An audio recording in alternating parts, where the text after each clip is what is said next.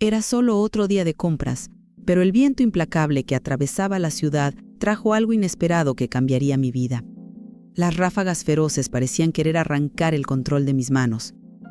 Las bolsas volaban, descontroladas, mientras el viento golpeaba las ventanas de los edificios, produciendo un sonido sordo y continuo.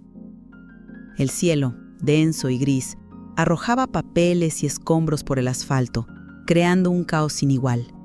Intentaba llamar un taxi, pero ninguno se detenía.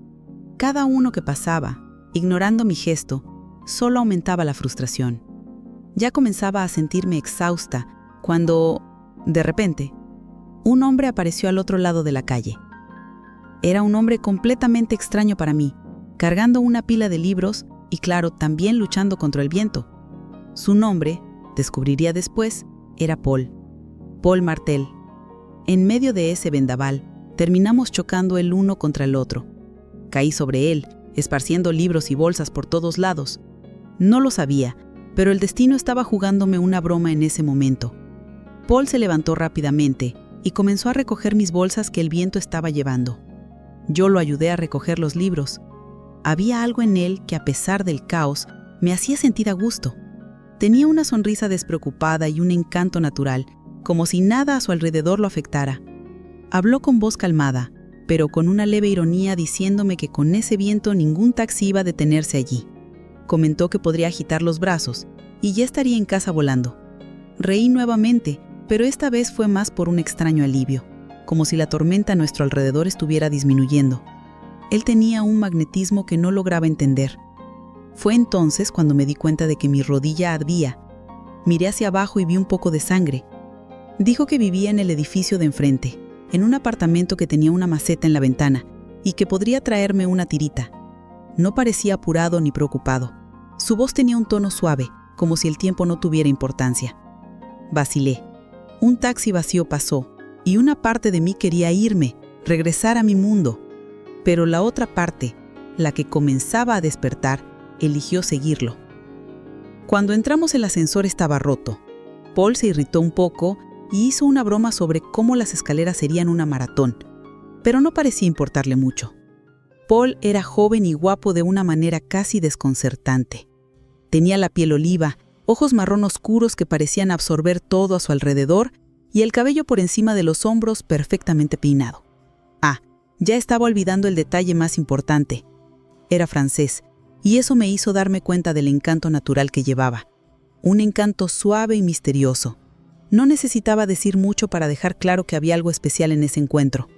Cuando entró a su apartamento, me sorprendí. No era lo que esperaba. No estaba ordenado ni sofisticado. Era básicamente un depósito de libros, con estanterías por todos lados, libros apilados en el suelo y un desorden que parecía ser parte del encanto del lugar.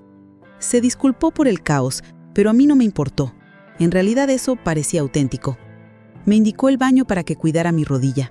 Simple y sin grandes detalles, el baño parecía un refugio tranquilo en medio de todo ese desorden. Me senté en el borde de la bañera, sintiendo el frío del metal contra mi piel. Puse la pierna sobre el inodoro, levantando delicadamente el vestido, evitando cualquier movimiento brusco. La herida en mi rodilla era solo superficial, un rasguño en la piel, pero me hizo dar una leve contracción de dolor.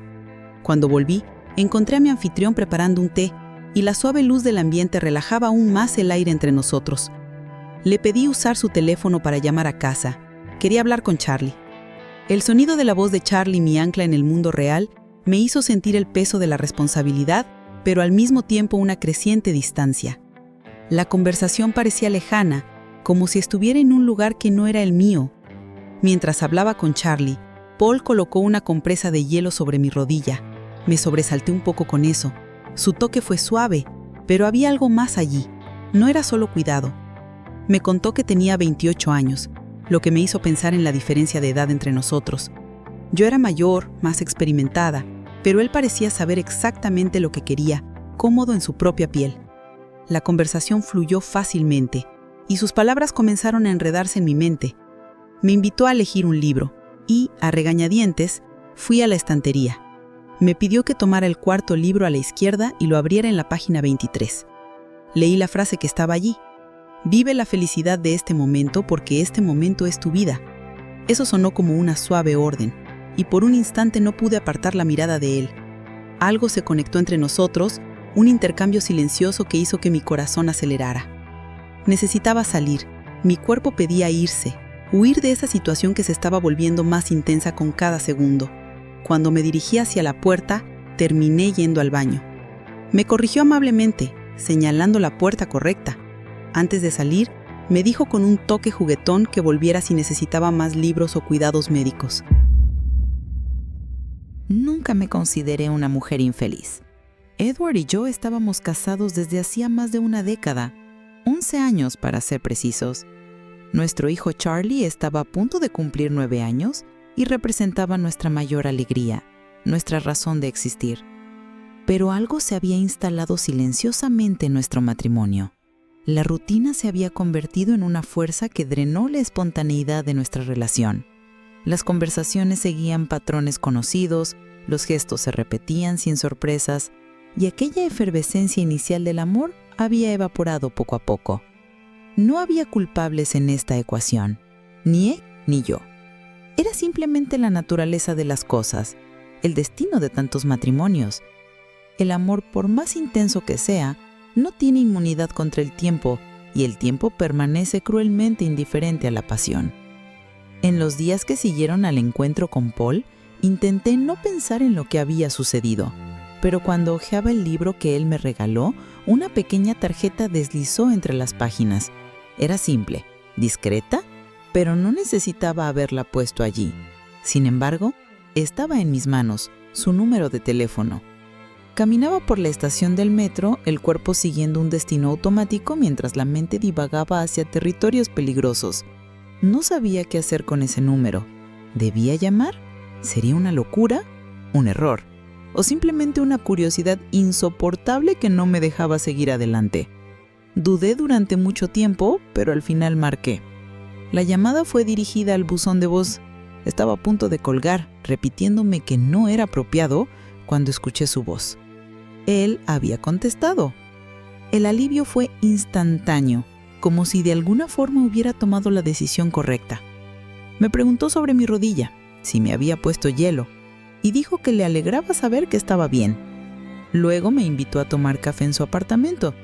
Me quedé pensativa por un momento, sin saber cómo responder, pero antes de darme cuenta, ya había aceptado.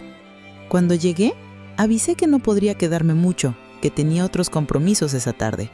Pero al entrar, ya sabía que estaba comenzando a cruzar límites que no debía atravesar. Paul se acercó a recoger mi abrigo y durante ese gesto aparentemente inocente, sus dedos trazaron una caricia fantasma a lo largo de mi cuello. El toque fue mínimo, casi imperceptible, pero resonó a través de mi ser como un sismo. Algo dormido despertó violentamente en mi interior. Él preparó café mientras yo observaba distraídamente un libro en braille sobre la mesa. Me pidió que cerrara los ojos. Obedecí sin cuestionar, y él guió mi mano sobre la página texturada, conduciendo con delicadeza mi dedo índice a través de ese alfabeto táctil mientras traducía las palabras para mí. Era algo gracioso lo que estaba escrito allí, según él. No pude evitar reír, sin poder creerlo. En ese momento supe que Paul estaba jugando conmigo de una manera que ya no podía descifrar. Sentía la presión de irme, de no prolongar mi estadía, pero por alguna razón no quería salir. Cada toque suyo, cada palabra, me alejaba más de mi vida, más de todo lo que conocía. Él no era solo un hombre extraño, me estaba arrastrando hacia algo que nunca había experimentado antes. Dije que necesitaba irme, que estaba retrasada, pero mi cuerpo no obedecía. Realmente no quería irme. Mi mente ordenaba que me fuera, pero la sensación de huir de lo que se estaba convirtiendo en una necesidad solo se intensificaba. Edward comenzó a notar que algo había cambiado. Notó que estaba distante, que mis pensamientos vagaban hacia otros lugares, pero nunca podría imaginar que otro hombre ocupaba mi mente. Y yo, en ese momento, comencé a preguntarme hasta dónde me llevaría esto. Algunos días después, regresé al apartamento de Paul. Llevé pasteles para acompañar el café. La música de Ali Farka Tura Fourquet llenaba el ambiente con ritmos envolventes. Me invitó a bailar y acepté. Sin embargo, mencioné que me gustaba conducir. Sonrió, asintiendo. Mientras bailábamos, me dijo que mis ojos eran hermosos y que nunca debería cerrarlos, ni siquiera para dormir. Dijo que siempre debería dormir con los ojos abiertos. No sabía si eso era un elogio o una sugerencia, pero el tono suave de su voz me hizo sospechar que quería algo más. Se acercó y sus labios estaban a punto de encontrar los míos, cuando de repente el sonido del tocadiscos comenzó a fallar. El disco se atascó, produciendo un ruido extraño que rayaba la música. Paul se alejó para arreglarlo y yo en ese momento volví a la realidad, recuperando mi lucidez. Sabía que eso era un error. No debía estar allí. ¿Qué estaba haciendo? Necesitaba salir, pero él me miró con esa mirada serena, como si supiera exactamente lo que estaba pasando, como si supiera que no podría resistir. Me dijo que los errores no existían, que lo único que existía era lo que se hacía o no se hacía. Y antes de que pudiera protestar, me tomó en sus brazos y me llevó hasta su cama. Temblaba. La sensación de que aquello estaba mal solo se intensificaba, pero no podía parar. En la cama, se subió sobre mí con la suavidad de un predador que sabía exactamente cómo cazar. Sus labios se deslizaron por mi cuello, cálidos y lentos, como si estuviera saboreando la presa antes de devorarla. Me besó con una intensidad que hizo que mi cuerpo se arqueara contra el suyo, dejándome suspirar sin poder pensar en nada más. Su boca se movió hacia mi oído y dijo con tono rojo que ya no valía la pena resistir. El deseo por él, por algo nuevo, se apoderó de mí. No sabía si eso me hacía más fuerte o más débil, pero en ese momento no me importaba. Paul me tomó como un juego que él sabía ganar. Cada movimiento suyo era exacto, un estudio de mi cuerpo, como si ya supiera lo que me hacía ceder, lo que me hacía querer más. Me tocaba con un control absoluto, pero sin prisa. Sabía que el deseo se construye y con él no había espacio para la prisa. Con cada toque, con cada beso, me hacía hundirme en un mar de sensaciones que él mismo creaba. En el metro, de regreso a casa, sentía el peso de lo que había hecho. Sabía que había cruzado una línea definitiva, pero de alguna forma no me arrepentía. Era como si una parte de mí se hubiera liberado, como si finalmente estuviera despertando para algo que siempre estuvo allí, pero que nunca había notado antes. No hace falta decir que esa fue solo la primera de muchas veces que me acosté con Paul. Y cuando estábamos juntos, yo era la mujer más feliz del mundo. Él me trataba de una manera que Edward nunca supo hacer. No es que Edward fuera menos hombre, pero con Paul era diferente. En sus brazos, descubrí una versión de mí misma que jamás había sospechado que existía. Salvaje, insaciable, completamente rendida. No se parecía en nada a Edward. Mi marido me amaba con la devoción respetuosa de quien cultiva una flor rara. Paul me devoraba con el hambre primitiva de un depredador hambriento.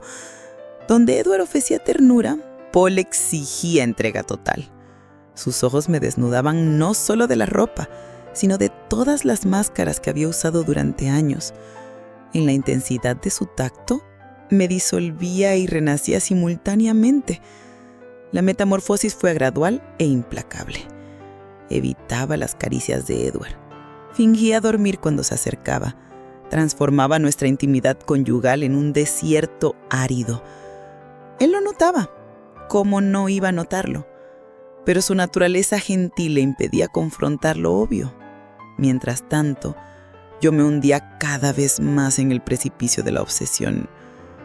Estaba obsesionada con otro hombre, como una drogadicta, como alguien adicto a una sensación prohibida.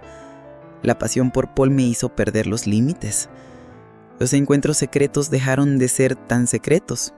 Ya no me importaba que me vieran a su lado en público. Ya no había vergüenza ni pudor. Sentía la excitación de correr el riesgo de ser descubierta. Incluso en los baños de los restaurantes o en las salas de cine, donde el deseo se volvía más intenso, más urgente, me entregaba sin dudarlo. Cada encuentro con él era una necesidad. Paul me consumía y yo ya no quería que eso terminara. La culpa debería haberme consumido, pero estaba anestesiada por la euforia constante. Incluso mi hijo Charlie se estaba convirtiendo en una presencia distante. Comencé a perder la noción del tiempo, a perder la noción de todo.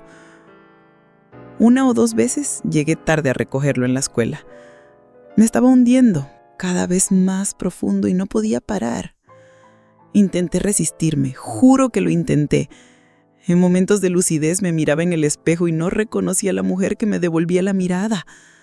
Planeaba conversaciones de ruptura, ensayaba discursos de liberación, pero bastaba un susurro al oído para que todas mis resoluciones se desintegraran como castillos de arena frente a la marea. A estas alturas, yo no lo sabía, pero mi aventura con Paul ya no era un secreto. Edward lo había descubierto. Y no he necesitado palabras para saberlo. Un detective contratado por él nos siguió durante varios días. Registró nuestros encuentros públicos, los cafés, las idas al cine. Él lo sabía todo. Mi marido lo sabía todo. Al mismo tiempo, una revelación me golpeó con una fuerza aún más devastadora.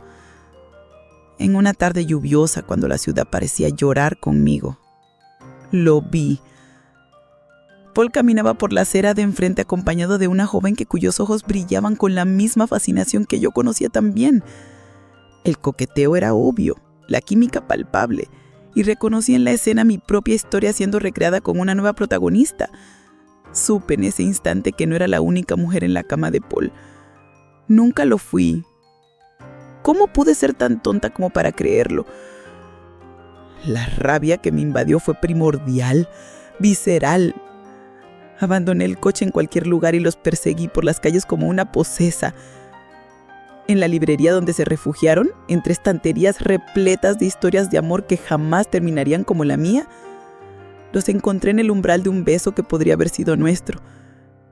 Sin pensarlo, fui hacia ellos y sin control comencé a gritar. Paul me miró sorprendido, pero no tuvo tiempo de reaccionar. Yo quería saber quién era esa mujer. Él intentó sujetarme, pero el odio que sentía no me permitía parar. Me agarró, intentó apartarme, pero yo ya estaba fuera de mí.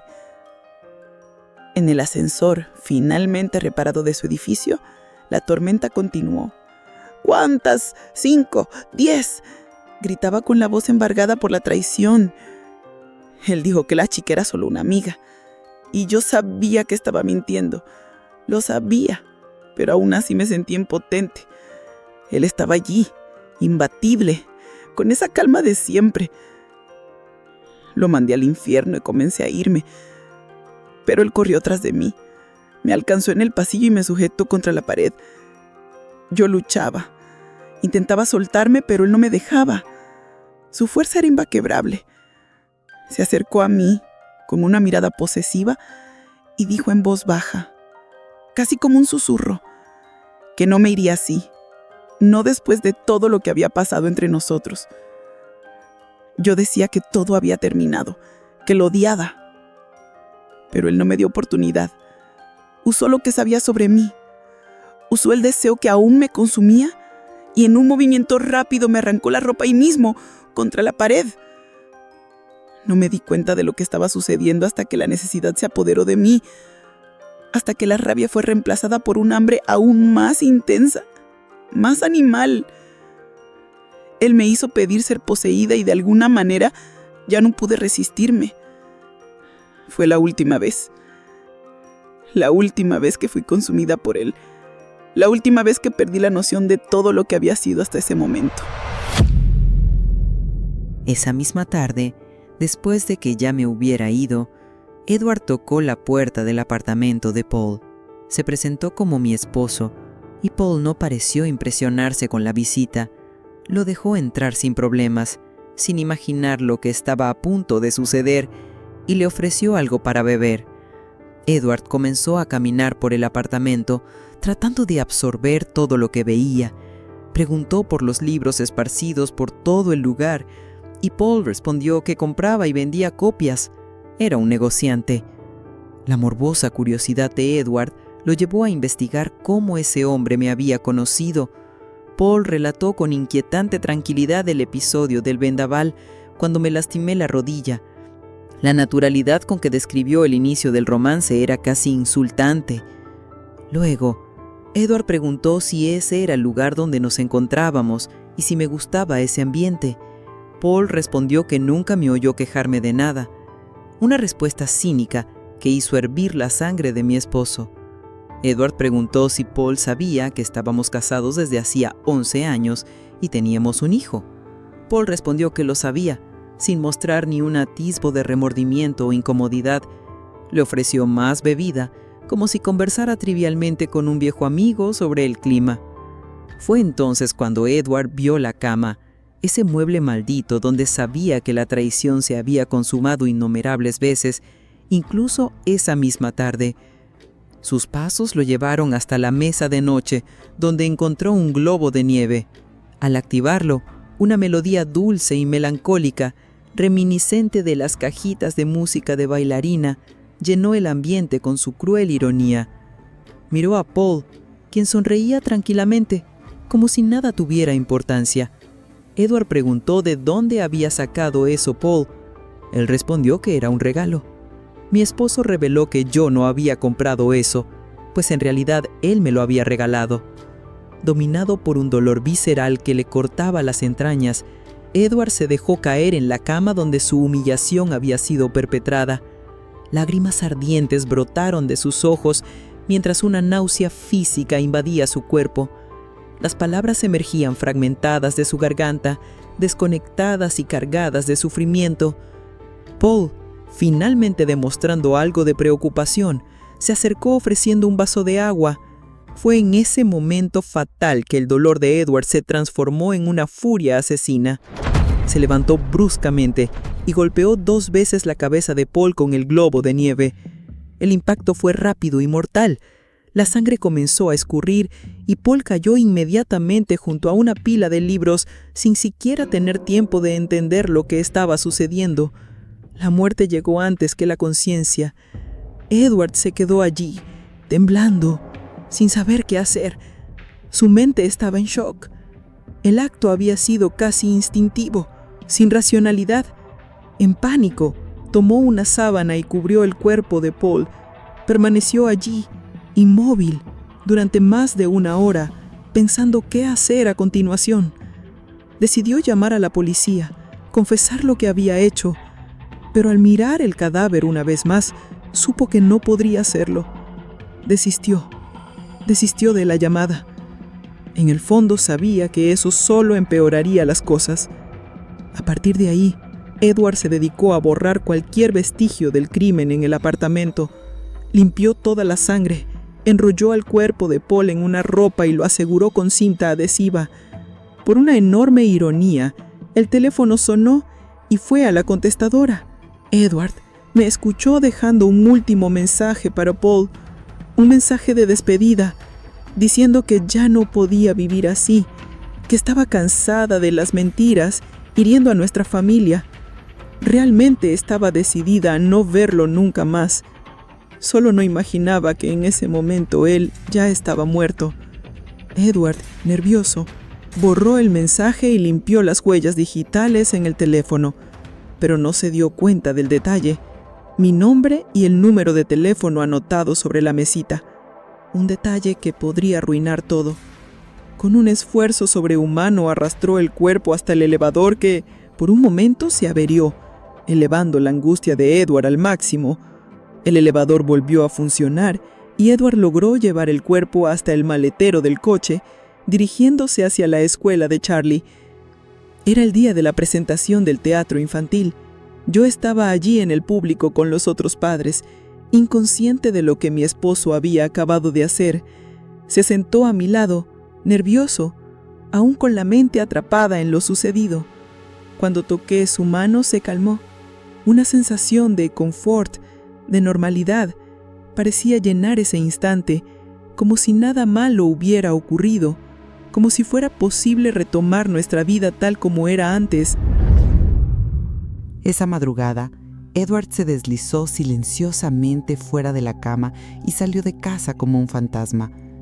Mientras yo descansaba en absoluta ignorancia, él recorría las calles solitarias de la ciudad con su macabra carga aún aprisionada en el maletero. El destino de Paul Martel sería un vertedero abandonado, donde Edward, asegurándose obsesivamente de que ninguna alma lo observaba, depositó el cadáver envuelto entre montañas de desechos. Luego pasó por un lavado de autos nocturno donde ordenó limpiar cada centímetro del vehículo como si pudiera borrar no solo las evidencias físicas, sino también la mancha moral de su acto. Al llegar a casa se dio una ducha interminable, dejando que el agua caliente resbalara por su cuerpo en un intento inútil de purificación. Cuando finalmente se acostó a mi lado, permaneció despierto, vigilando las horas hasta que el sol naciente trajera la ilusión de un nuevo comienzo. No tardó en llegar la policía a nuestra puerta. 2 investigadores de semblante serio buscaban a Paul, y sus preguntas cortaban el aire como cuchillas afiladas. Cuando preguntaron si lo conocía, respondí con una naturalidad forzada que sí, pero solo superficialmente. Preguntaron si sabía dónde estaba. Dije que no. Entonces contaron que habían encontrado mi nombre y teléfono en su apartamento, fragmentos de una intimidad que yo desesperadamente deseaba negar. Pregunté si Paul había cometido algún delito, pero respondieron que aún no lo sabían, que estaba desaparecido y que su esposa desconocía su paradero. Comenté que no sabía que él estaba casado y escuché que en realidad estaba separado.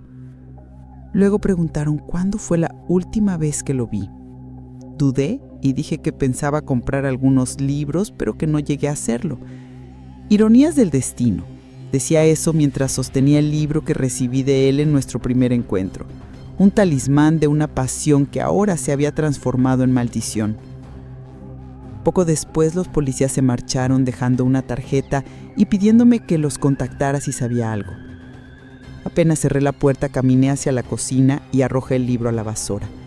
Era un gesto simbólico, un intento de borrar los últimos vestigios de una historia que deseaba no haber debido jamás. El cuerpo de Paul fue descubierto por un conductor de camión compactador. Ese fin de semana los mismos investigadores regresaron. Edward y yo estábamos en el jardín con Charlie, fingiendo una normalidad doméstica, cuando aparecieron como cuervos mensajeros del destino. Informaron que Paul ya no estaba desaparecido. Estaba muerto. Sentí que el corazón se aceleraba mientras olas de shock recorrían mi cuerpo. Hicieron nuevas preguntas, querían saber dónde lo había conocido. Mentí diciendo que en un evento social. Mostraron su fotografía a Edward, quien con gran serenidad negó conocerlo. Preguntaron si yo había estado alguna vez en el apartamento de Paul. Negué diciendo que ni recordaba la última vez que estuve en el Soho. Uno de los investigadores replicó que tenían el registro de un ticket de estacionamiento de 4 semanas atrás frente a la casa de Paul. Respondí con la soltura de quien improvisa una mentira. Había ido a un café en la misma calle con mis amigas. Edward, percibiendo el terreno resbaladizo, dio por terminada la conversación de manera diplomática. Me quedé sola en la terraza, incapaz de contener el llanto. Un torbellino de tristeza, culpa y arrepentimiento me invadió. Hasta ese momento no tenía la menor idea de que Edward sabía todo, y peor aún, que él había quitado la vida a Paul. Pero la terrible certeza comenzó a formarse cuando descubrí las fotografías del detective privado escondidas en su chaqueta. El golpe final, sin embargo, llegó al ver en nuestra estantería familiar el globo de nieve que yo regalé al hombre que fue mi amante.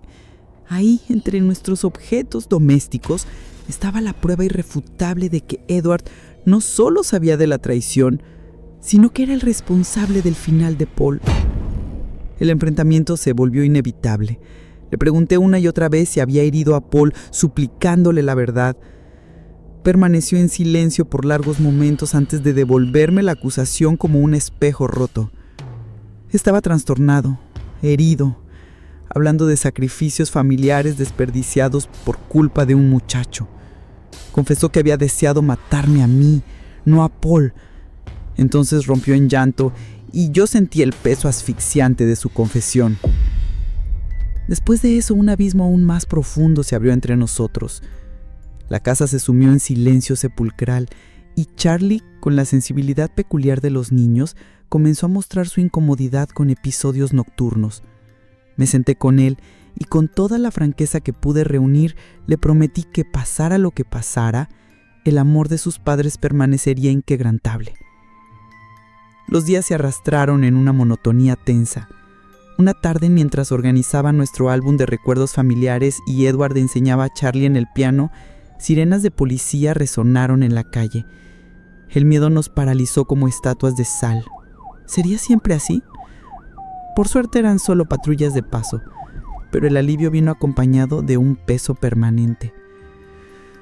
Movida solo por curiosidad, examiné más detenidamente el globo de nieve. Ese bendito, maldito globo de nieve. Descubrí que su base se abría, revelando un pequeño sobre sellado con instrucciones para abrirlo únicamente en nuestro 25º aniversario de bodas. Faltaban aún años, pero rompí el sello con manos temblorosas. Dentro había una fotografía nuestra con Charlie aún bebé. En el reverso, la caligrafía familiar de Edward. Para mi hermosa esposa, la mejor parte de mis días. Lo miré al piano con lágrimas resbalando mientras tocaba con nuestro hijo y sentí que mi propio llanto irrumpía. La culpa me aplastó. Yo había manchado nuestra historia de amor. Aún quedaba un último vestigio de Paul que debía desaparecer para siempre. Reuní todas las fotografías que el detective había tomado, registrando momentos que quería borrar de mi memoria, y comencé a quemarlas una a una. Observé cómo las llamas consumían las pruebas de mi infidelidad. El fuego devoraba aquella intimidad que ahora parecía tan lejana. No era solo Paul quien desaparecía allí, sino también la versión de mí que permitió que él entrara en mi vida. Mientras el humo se dispersaba, regresé mentalmente a aquel día ventoso en el que nos conocimos. Recordé el frío cortante en el rostro, el taxi que pasó vacío y que podría haber llamado. Por un instante, me vi levantando la mano, subiendo al coche, siguiendo mi camino sin jamás haber subido al apartamento de Paul. Pensé en cuánto todo habría sido diferente si hubiera tomado esa decisión.